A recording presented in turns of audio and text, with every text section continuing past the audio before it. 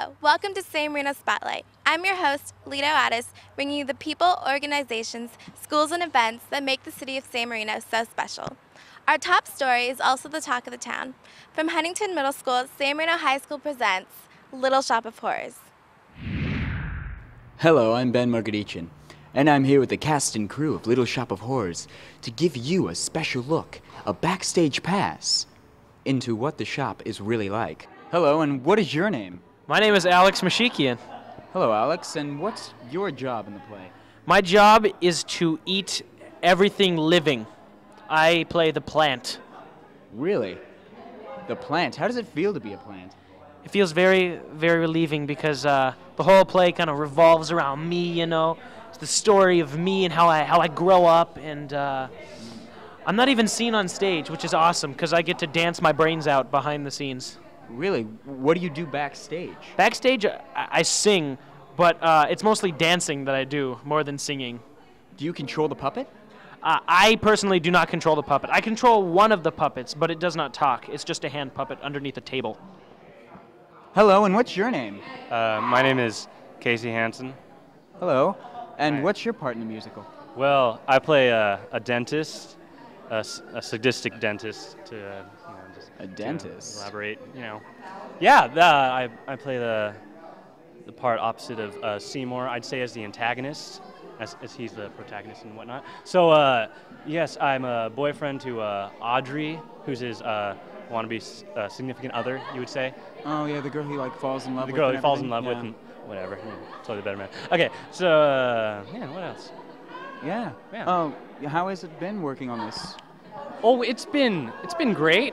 There's a lot of time and money put into this type of production, and I just feel the end product is really what we're going for, and it's just it's kind of like shooting for the stars, and well, you could say we definitely hit the heart of the sun. I felt on this one.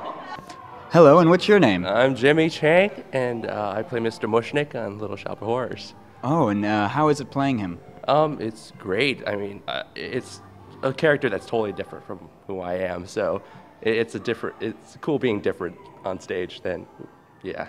Well, how is it working with Ryan and the plant? Oh, he is awesome. I mean, all the characters, all the actors are just amazing. They are so talented, and yeah, I love working with them so much. It sounds like it, and there's a lot of energy in there. Definitely. Yeah. I just love coming here every night. I love coming to rehearsals, to performances, because it's just so high energy, and it's really different from what I usually go through at night. And what are all of your names? Oh, Melissa Lee, Jill Tsai, Eileen Perry, Tiffany Chung, Jean Chi, Tahila Fouché. And what do you guys do in the musical? We're the doo-wop girls. Doo-wop girls. Doo-wop girls. Backup singers. Really? Yeah, we kind of narrate the whole show. We're the gospel of the show, really. Wow. Yeah. We are the show. Ooh, I like that. That was a twist. Do you guys enjoy being the doo-wop girls? Of course, yes. What's the funnest thing about it? All the fast changes. Yeah. The wigs. Oh yeah. God, we love the wigs. Getting to know each other so well. Oh, we are a family now. Has this brought you all closer? Definitely. I mean, look at us. We're all. Yes. Hello, and what's your name? I'm Kathy. Hello, and what's your part in the musical? I play Audrey. Audrey. And how is it working with Ryan Domaya? It's pretty fun. He's a nice guy. Plays the nerd very well. Really? And what's your favorite part in the play? I like the dentist and Mushnick and Son because they're really upbeat and they're just cool songs. Oh, yeah. Hello, and what's your name? I'm Ryan Domar.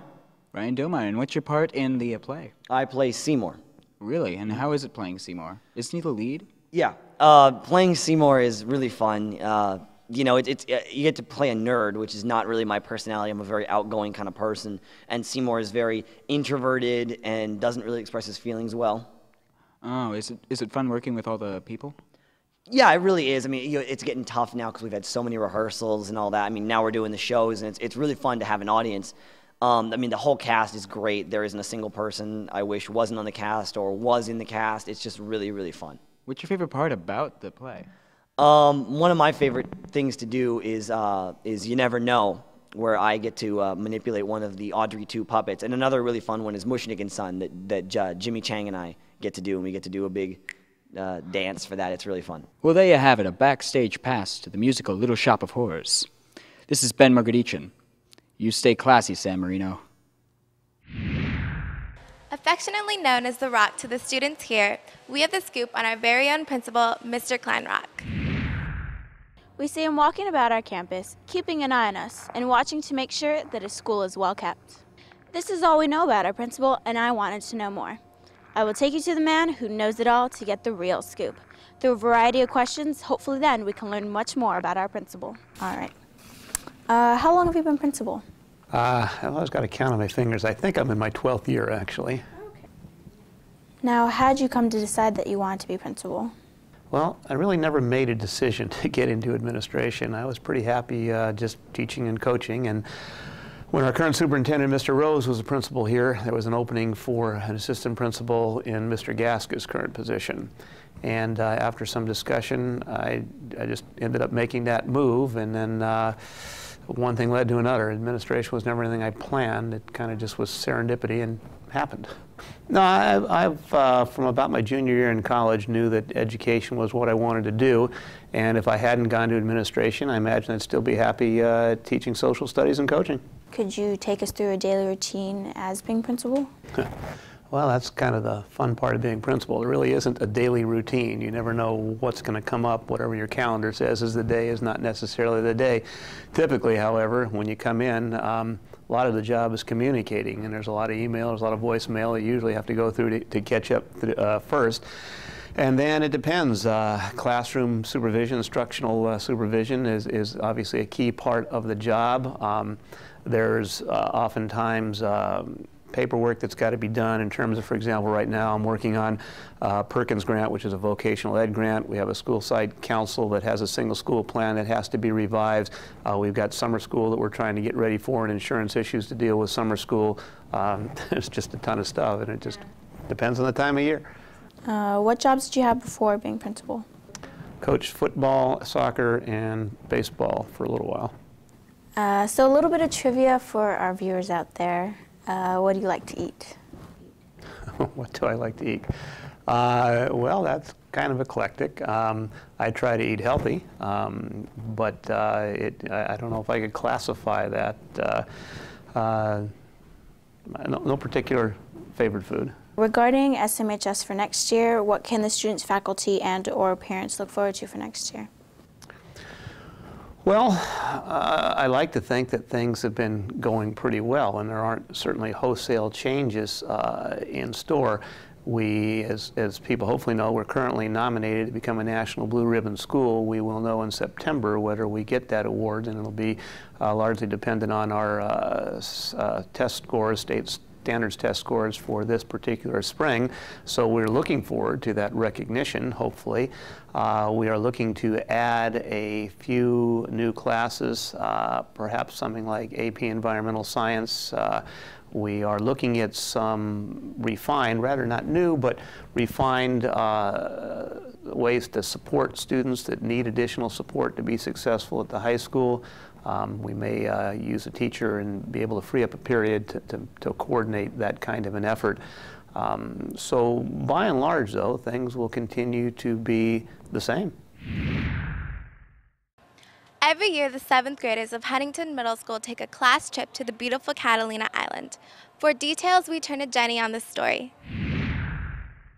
Every year, our own little 7th graders from Huntington Middle School take their trip to Catalina Island, waking up early enough to make a 5:30 departure on a bus. All but maybe one or two are still unconscious at the beginning of this upcoming grand adventure. Today, some of our lucky 7th graders would like to share their adventures. What was the best thing or what was the worst thing you think? I think the best, I had most fun kayaking because we got to just jump out, like try to surf on the kayaks.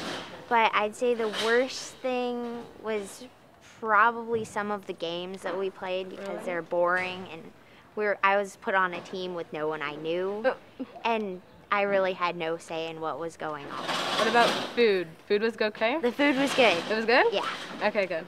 So Patrick and Hokuto, did you both enjoy your trip to Catalina Island? Yeah, I thought it was really interesting and really educational. Yeah, I really enjoyed it because from the day before I was like really excited and I couldn't sleep.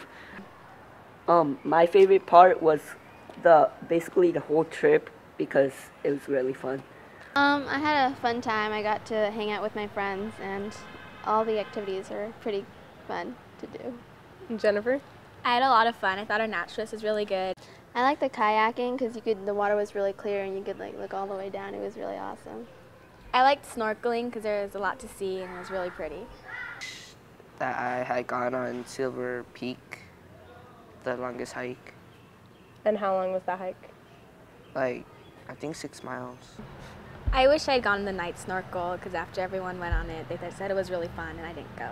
I would love to go back. I think it'd be great if we could do other things like maybe horseback riding or something. From the past viewing, we can conclude that if not most, all of the 7th graders had a memorial experience. Some from scuba diving, some from hiking, some from camping, some kids who hadn't even slept outside had been away from home for a week before. Unlike others who are involved in Boy Scouts or Girl Scouts, have encountered this type of outdoor interaction before. Either way, the annual Huntington Middle School trip to Catalina is always an incredible exhibition for the 7th graders. Mr. Matt Valentine. This name may sound familiar or maybe not. He is our new San Marino City Manager. You may ask, who is Matt Valentine? What exactly does a city manager do? Sam Adams has the story. We're here with Matt Valentine, our city manager here in San Marino, and we're going to ask him a few questions today about his personal life and role in city government. First of all, where were you born and what was your early education like? Sure. I was born in Salt Lake City, Utah. My parents resided there while my dad was going to law school, and at the age of 1 I moved to California. Grew up in the West Covina Walnut area. I went to Nogales High School, and then I went on to UCLA, and I got my bachelor's there. After UCLA, I went to Cal Poly Pomona and got a master's in urban and regional planning. And then while I was working, after I went from the planning department to administration, I earned public administration, a master's in public administration from the University of Laverne. Okay. Do you have a family to speak of? I do. I have a wife and 2 boys. One of my boys is 3 years old and the other one's 7 weeks old. Excellent. What do you do in your spare time? Well, I'm finding I have less and less of it. When I do have spare time, I like to play with my sons, and I have one son that's really into trains, so we're into model railroading. Okay, so I'm going to switch gears to a little bit. What are the main functions of a city manager? Really, the main function of the city manager is to carry out the wishes of the city council. There's 5 city council members, and they provide direction to the city manager, and it's the job of the city manager to implement the policies and laws implemented by or requested by the city council. Any last words or message to San Marino High School parents, students, or community? Well, I certainly love working here, and I can't imagine what it would be like to live here, and certainly we're fortunate to live and work in this community, and I would encourage everybody to take advantage of, that's from high school students to parents, to take advantage of the resources that are provided here in our community. This is a great place, and I enjoy working here. This has been Local Government San Marino. I'm your host, Sam Adams, and we'd like to thank again our guest on today's show, Matt Valentine, our city manager. Hopefully we have learned a lot today and can take away a new appreciation for our local city government. All right, back to more Spotlight. Now we turn the spotlight to San Marino High School's highly acclaimed choir. Not many people know much about choirs in our school. I'm here with Mr. Chang to give you the inside scoop on our award-winning choir. Hi, Mr. Chang. Hello. How are you today? Doing fine, thank you. Okay. As I know, there are girls' choir, boys' choir, and chamber choir. What's the difference between chamber choir and the other two?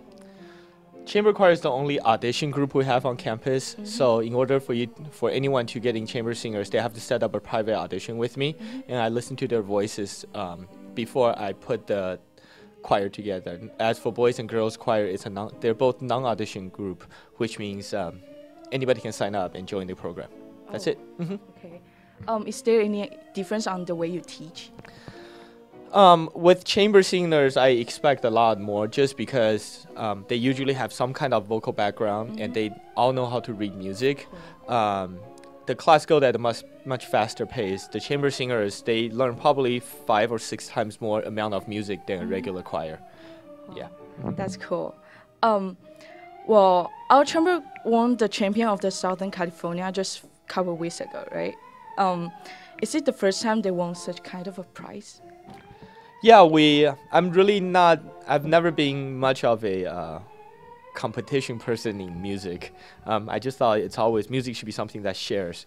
But this group, they've been singing with each other for a while, and when I brought up the idea, they just all want to go for it. And I wanted to go into the competition, just let the kids know, it's not about winning. It's really about participating and listening to the other choirs. And it was a very good not a surprise, but it was a very good way to end the competition that we won the prize. It's called Golden State Choral Competition. It's the only really real choral competition in the state of California. So it was very nice. I think our chamber singer produced a very incredible sound. I've always stressed the importance of the concept of sound for a choir. Not only the songs they sing, but what kind of sound, where to place the sound. I think our sound placement for the vocalists are very good, and this is a group that performs 30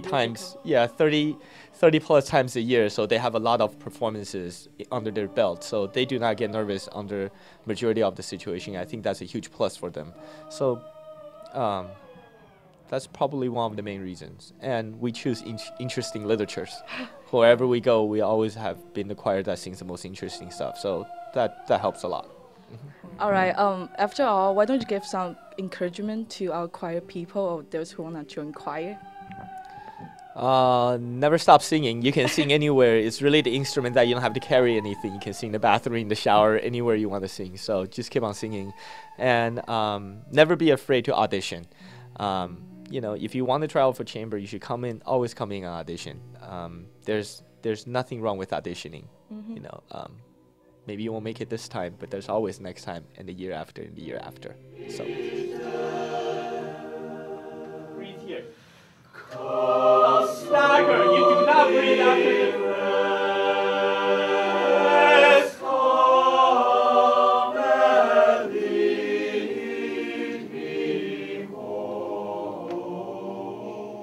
For Marino Spotlight, this is Karen Liu. Who would have guessed that the second largest Chinese garden is right here in our own backyard at the Huntington Library? Hi, I'm JoJo Mok from Marino Spotlight. Today I'm here at Huntington Library with Susie Moser, the VP of Advancement.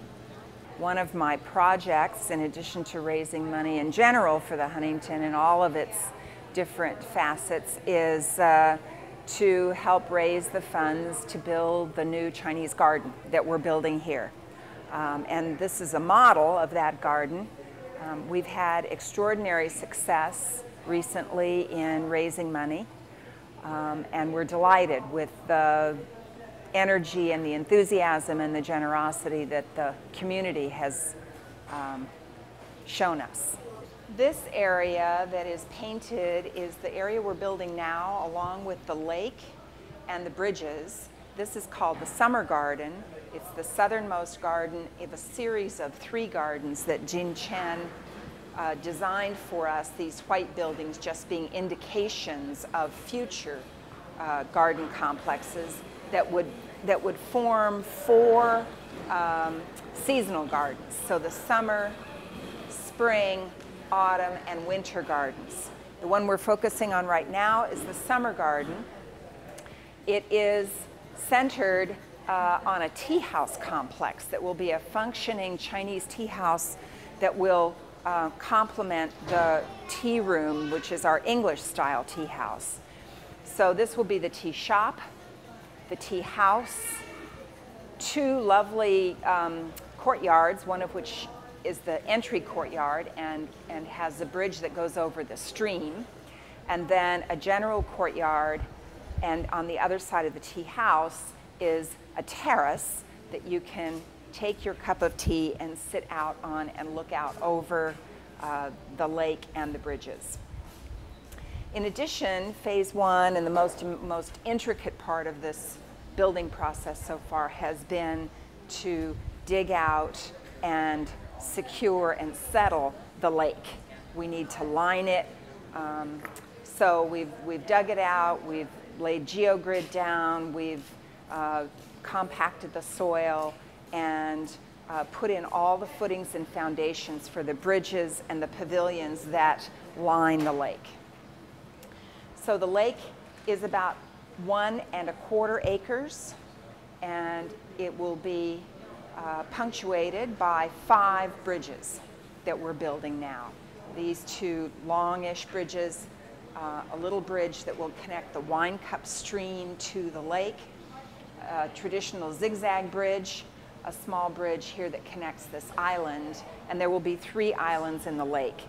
This model shows 4, but we've removed one of them. How long has this project been going on?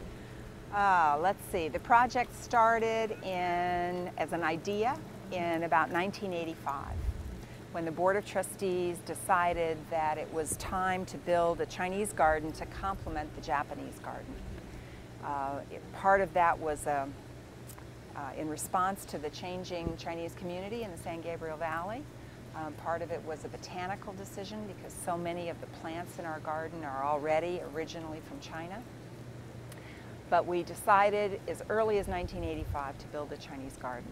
Of course, we couldn't do anything until we got the money. Everything at the Huntington is privately funded, so you get a new initiative like this and you need some private gifts. Luckily, in about 2000, one of our overseers left us a $10 million bequest. And so that started the project. Then we could hire a Chinese, mainland-trained Chinese landscape architect designer who provided us an extraordinary plan.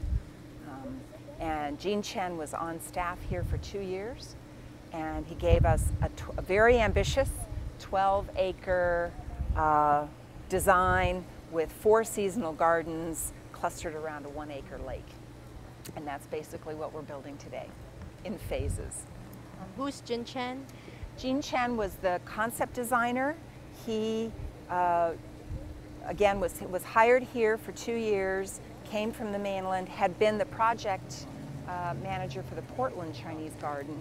And so we wanted someone who'd had experience taking an authentic Chinese garden and putting it in the West Coast.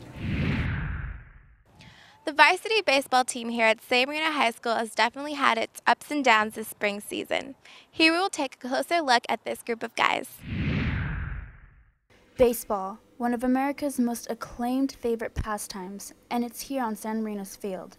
The varsity baseball team consists of about 18 hard-playing Titans and 2 encouraging yet brusque coaches, Coach Mills and Coach McNamee. With more wins than losses, varsity baseball has a high chance of making it to CIF this year, holding 4th place in the league. Hi, my name is Jennifer Rowe, and I'm here with Coach McNamee, and I'm here to give you the inside scoop on San Marino High School's varsity baseball team. So, Coach McNamee, so far, how's the season been going for the team? The season has gone pretty well compared to the last 5 or 6 seasons. We've made a lot of progress. We have a good group of guys who are very enthusiastic about playing and are very goal-oriented.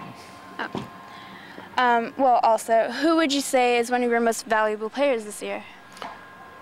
Well, I would say that probably, without saying the most valuable, but one of the players who's having a very, very fine season is Chris Yortsos, our shortstop, who's a senior and has played now for 3 years on the varsity.